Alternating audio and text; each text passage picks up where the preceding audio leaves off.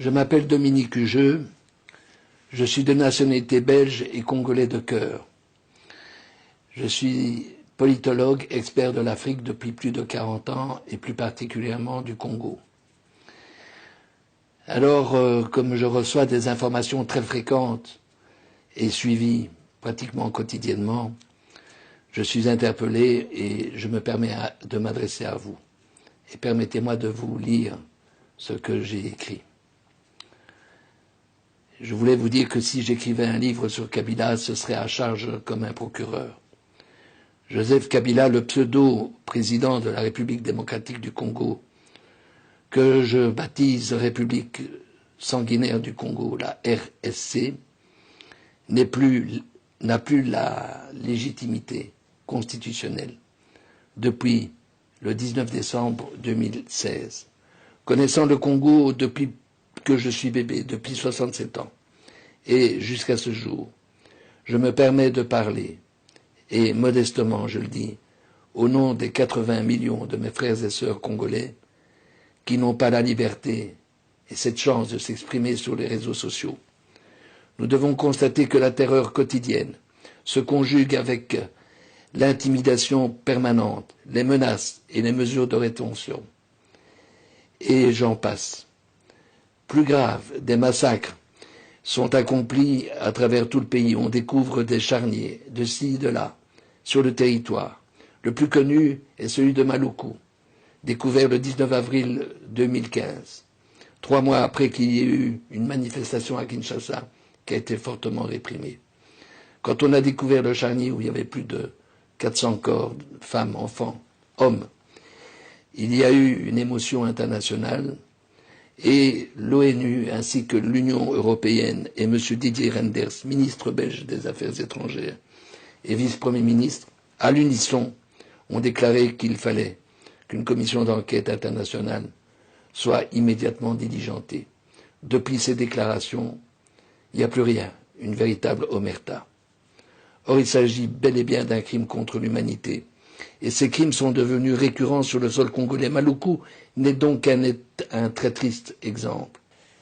En fait, Joseph Kabila n'a plus de réel pouvoir. Ce général de pacotille, qui a été fait général en 6 mois en République de Chine, est en réalité sous la tutelle de plusieurs États voisins. L'armée congolaise est encadrée par les officiers rwandais qui donnent des ordres. La République sanguinaire du Congo, telle que je l'ai baptisée, n'a plus de souveraineté, cette souveraineté chérie par le peuple congolais. Et puis, il faut avoir l'honnêteté intellectuelle pour reconnaître que la Belgique a joué un rôle néfaste en installant Joseph Kabila sur le trône d'une monarchie présidentielle en 2001.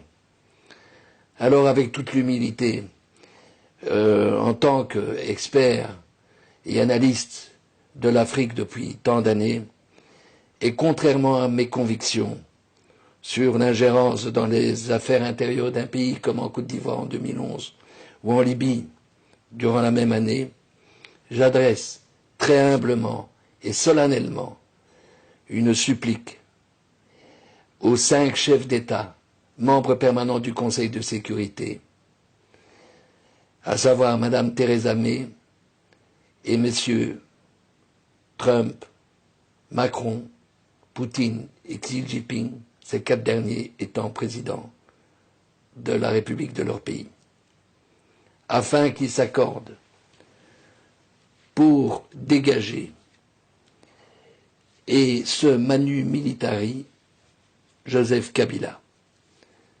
Je prétends que c'est un devoir universel pour éviter un nouveau génocide dont on ne peut pas deviner l'ampleur.